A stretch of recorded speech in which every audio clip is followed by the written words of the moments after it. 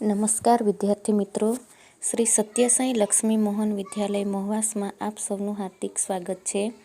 મિત્રો, આજનો વિડીયો છે ધોરણ 10 વિષય સંસ્કૃત અને આપણું 12મું ગદ્ય કલિકાલ સર્વજ્ઞો હેમચંદ્રાચાર્ય. મિત્રો, અહીં કલિકાલ સર્વજ્ઞો એટલે કે કલિકાલ સર્વજ્ઞ હેમચંદ્રાચાર્ય અને એ હેમચંદ્રાચાર્ય વિશેનો આ સુપ્રસિદ્ધ ગદ્ય છે કે હેમચંદ્રાચાર્ય જ્યારે વિક્રમ સંવત 1145ની કાર્તિકી પૂર્ણિમાના દિવસે તેમનો જન્મ ધંધુકામાં થયો હતો અને તેમનું આ વારંવાર પ્રશ્ન પૂછાય છે મિત્રો, બાળપણનું નામ ચંગદેવ રાખવામાં આવ્યું હતું અને ત્યાર પછી ચંગદેવ 8 વર્ષનો થાય છે ત્યારે તેઓ દેવચંદ્ર શુરીજી મહારાજ પાસે દીક્ષા લે છે અને ત્યાર પછી દીક્ષા લીધા પછી તે સોમચંદ્ર નામે પ્રસિદ્ધ થયા. એટલે કે આ હેમચંદ્રાચાર્યનું મૂળ નામ ચંગદેવ હતું અને દીક્ષા લીધા પછી સોમચંદ્ર પાડવામાં આવ્યું અને ત્યાર પછી એમણે જે વિદ્યા શાખાઓમાં અભ્યાસ કર્યો, નિપુણતા પ્રાપ્ત કરી અને ત્યાર પછી જ્ઞાનની વિશાળ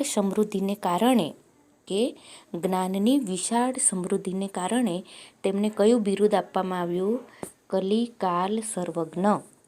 એટલે 3 નામથી આ હેમચંદ્રાચાર્યને ઓળખવામાં આવ્યા. તમને પૂછાય બાળપણનું નામ કયું? તો ચંગદેવ. દીક્ષા લીધી પછી કયું નામ? તો સોમચંદ્ર. અને જ્ઞાનની વિશાળતાને લીધે કયું? કલિકાલ સર્વજ્ઞ હેમચંદ્રાચાર્ય. મિત્રો, એના વિશે જે એમણે સાહિત્ય રચ્યું છે, કોના અનુસંધાનમાં રચ્યું છે, તે અહીં સિદ્ધરાજ જયસિંહ અને એ સિદ્ધરાજ જયસિંહ હેમચંદ્રાચાર્યને સાહિત્ય રચવાની પ્રાર્થના કરે છે અને ત્યાર પછી તેમણે સંસ્કૃત વ્યાકરણ ગ્રંથ નામનો એક અદ્ભુત ગ્રંથ તૈયાર કર્યો અને એ સંસ્કૃત વ્યાકરણ ગ્રંથ કયા નામે પ્રસિદ્ધ થયો? આ પણ મિત્રો વારંવાર પ્રશ્ન પૂછાય છે. સિદ્ધહેમ શબ્દાનું શાસન, કે સંસ્કૃત સાહિત્યમાં હેમચંદ્રાચાર્ય જે વ્યાકરણ ગ્રંથ રચ્યો સંસ્કૃત સાહિત્યનો, એ સિદ્ધહેમ શબ્દાનું શાસન તરીકે ઓળખાય છે. તો મિત્રો, એમ કહેવાય છે કે મનુષ્ય પોતાના કર્મથી જેવું કર્મ કરે અને તેનાથી એ કીર્તિ પામે અને કીર્તિ એવી હોવી જોઈએ કે એ મૃત્યુ પામે છતાં પણ એ જીવિત હોય છે. મિત્રો, હેમચંદ્રાચાર્ય હોય કે પછી આપણા રાષ્ટ્રપિતા ગાંધીજી હોય, એ લોકો આપણી વચ્ચે હવે હયાત નથી, છતાં પણ આપણે સદીઓ સુધી એમને યાદ કરવાના છે, કેમ કે એમની કીર્તિ એવી છે, એમનો યશ એવો છે. તો એવા જ સાહિત્ય ક્ષેત્ર હેમચંદ્રાચાર્યનું પણ સંસ્કૃત સાહિત્યમાં ઉત્તમ સ્થાન છે. તો મિત્રો, અહીં હવે પાઠ જોઈએ કે વિક્રમસ્ય દ્વાદશ્યામ શતાબ્દ્યામ સિદ્ધરાજ જયસિંહ માલવ વિજયમ કૃતવાન. કે વિક્રમસ્ય, અહીંયા વિક્રમ સંવત, આપણે જે ઈસવીસન, દાખલા તરીકે હવે નવું વર્ષ ગયું અને આપણે ઈસુના જન્મ પછીને તે ઈસવીસન, પણ અહીંયા વિક્રમ સંવત પ્રમાણે જે દિવાળી એ નવું વર્ષ બદલાય છે તે. તો વિક્રમની દ્વાદશ એટલે 12મી કે સદી, 100 વર્ષનો સમૂહ એટલે 1 સદી થાય. તો 12મી સદીમાં સિદ્ધરાજ જયસિંહ માલવ વિજયમ કૃતવાન, કે સિદ્ધરાજ જયસિંહે માલવ પ્રદેશ ઉપર વિજય મેળવ્યો હતો. વિજયાંતરમ જયસિંહ નૃપતે યશોવર્મણ સર્વમ ધનમ ગૃહીત્વા અણહિલપુરમ પ્રત્યાગતવાન. વિજયાનંતરમ એટલે વિજય મેળવ્યા પછી કોણે? સિદ્ધરાજ જયસિંહે. કયા રાજા ઉપર? નૃપતે યશોવર્મણ. તમને આ પ્રશ્ન પૂછાય કે સિદ્ધરાજ જયસિંહે કયા રાજા ઉપર વિજય મેળવ્યો? તો યશોવર્મણ. કયો? યશોવર્મા. અને એ યશોવર્મા નૃપતે એટલે કે રાજાનો સર્વધનમ ગૃહીત્વા, બધું જ ધન લઈને અણહિલપુરમ પ્રત્યાગતવાન. અહીંયા અણહિલપુર એટલે હમણાં જે આપણે પાટણ તરીકે ઓળખીએ છે, તો અણહિલપુર આવ્યા, કે બધું જ ધન લઈને, યશોવર્માનું ધન લઈને અણહિલપુર આવ્યા. ધનેન સહ, ધનની સાથે, તત્રત્ય ગ્રંથારોપી તસ્ય હસ્તો જાતઃ, કે ધનની સાથે ત્યાંથી ગ્રંથો પણ તેને હાથ લાગ્યા હતા. હસ્તગતો જાતો એટલે હાથ લાગ્યા હતા. અસ્મિન ગ્રંથાગારે બહવો અનુપમાઃ ગ્રંથાઃ આસન. આ ગ્રંથો ભંડારમાં, ગ્રંથાગાર એટલે ગ્રંથ ભંડારમાં ઘણા બધા અનુપમ એટલે કે અપ્રિતમ કે અનન્ય એવા ગ્રંથો પણ તેમને પ્રાપ્ત થયા હતા. તેસુ ભોજેન વિરચિતમ સરસ્વતી કંઠાભરણ નામના પ્રસિદ્ધમ ભોજ વ્યાકરણમ અપી ઉદ્ધૃતમ આસીત. કે તેમાં સુપ્રસિદ્ધ એવો એક વ્યાકરણ ગ્રંથ પણ હતો. તો મિત્રો, અહીં વિક્રમની 12મી સદીમાં સિદ્ધરાજ જયસિંહ કોના ઉપર વિજય મેળવે છે? તો રાજા યશોવર્મન ઉપર, અને તેના ધનની સાથે સાથે બીજું એમને સાહિત્ય ગ્રંથ પણ મળે છે.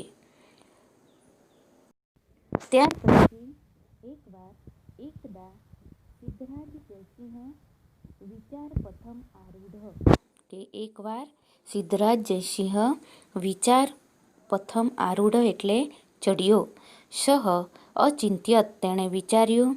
માલવ વિજયેન સહ ધનસ્ય સ્વામિત્વમ પ્રાપ્તવાન. કે માલવ વિજય ઉપર ધનની સાથે હું પોતાની જાતને કે સ્વામિત્વને પામ્યો છું, કે હું માલિક થયો છું. તસ્ય ગ્રંથાગારઃ અપી મયા પ્રાપ્તઃ. કે તેનો ગ્રંથ ભંડાર પણ મને પ્રાપ્ત થયો છે. પરંતુ ભોજ વ્યાકરણેન ભોજસ્ય યાદૃશી. કે ભોજ વ્યાકરણથી ભોજસ્ય એટલે ભોજ રાજાની યાદૃશી એટલે જેવા કીર્તિ વર્તતે કીર્તિ છે, તાદૃશી કીર્તિ મયા ન પ્રાપ્તા. પણ તેવા પ્રકારની કીર્તિ મને પ્રાપ્ત થતી નથી. કે જે યશોવર્માના નગરમાંથી એમને જે ગ્રંથો મળ્યા એમાં ભોજ રાજાની કૃતિઓ રચિત ગ્રંથો મળ્યા છે. તો ભોજ રાજાની કીર્તિ કેવી છે?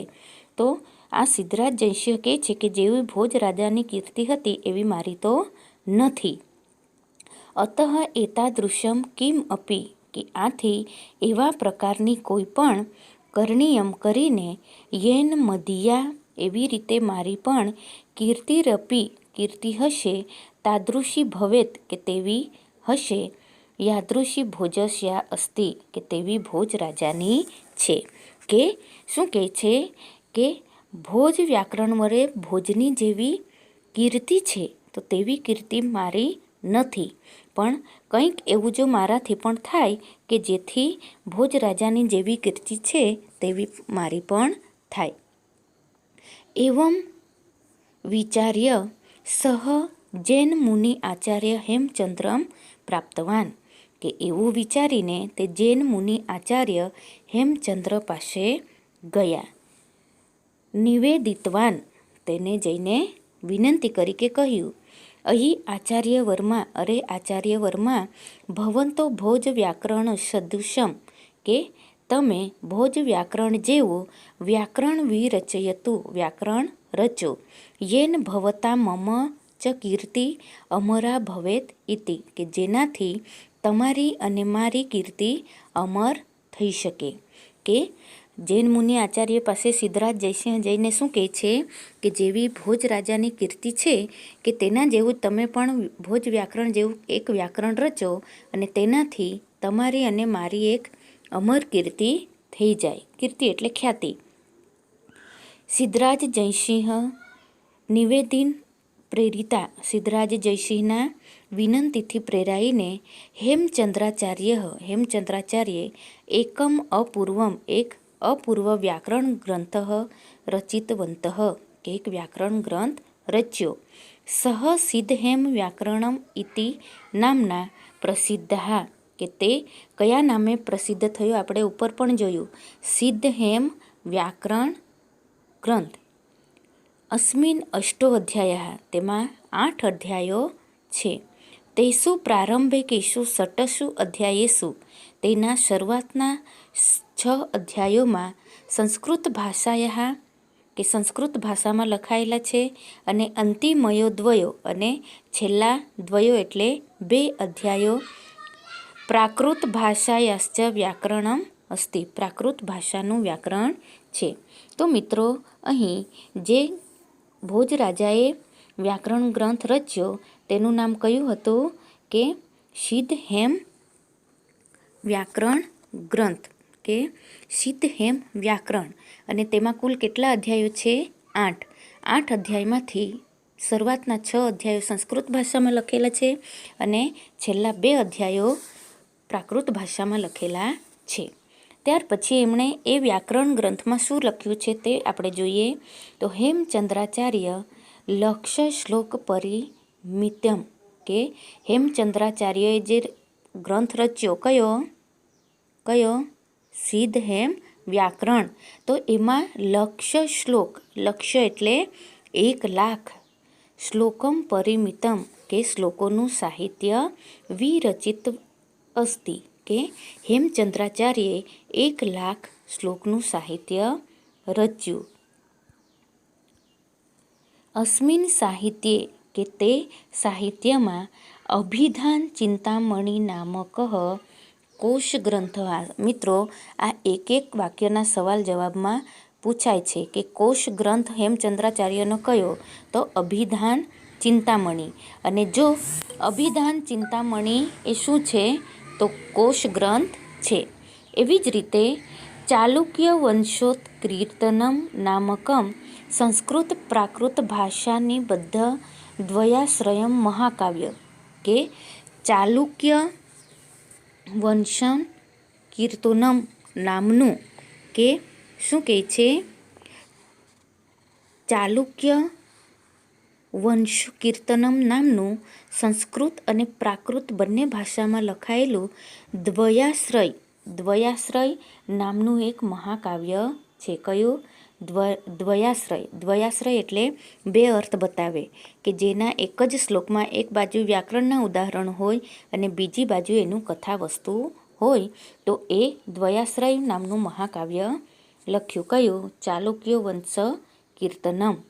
ત્યાર પછી કાવ્યાનુશાસનમ નામક કાવ્યાનુશાસન નામનો અલંકાર શાસ્ત્રીય ગ્રંથ રચ્યો. કયો?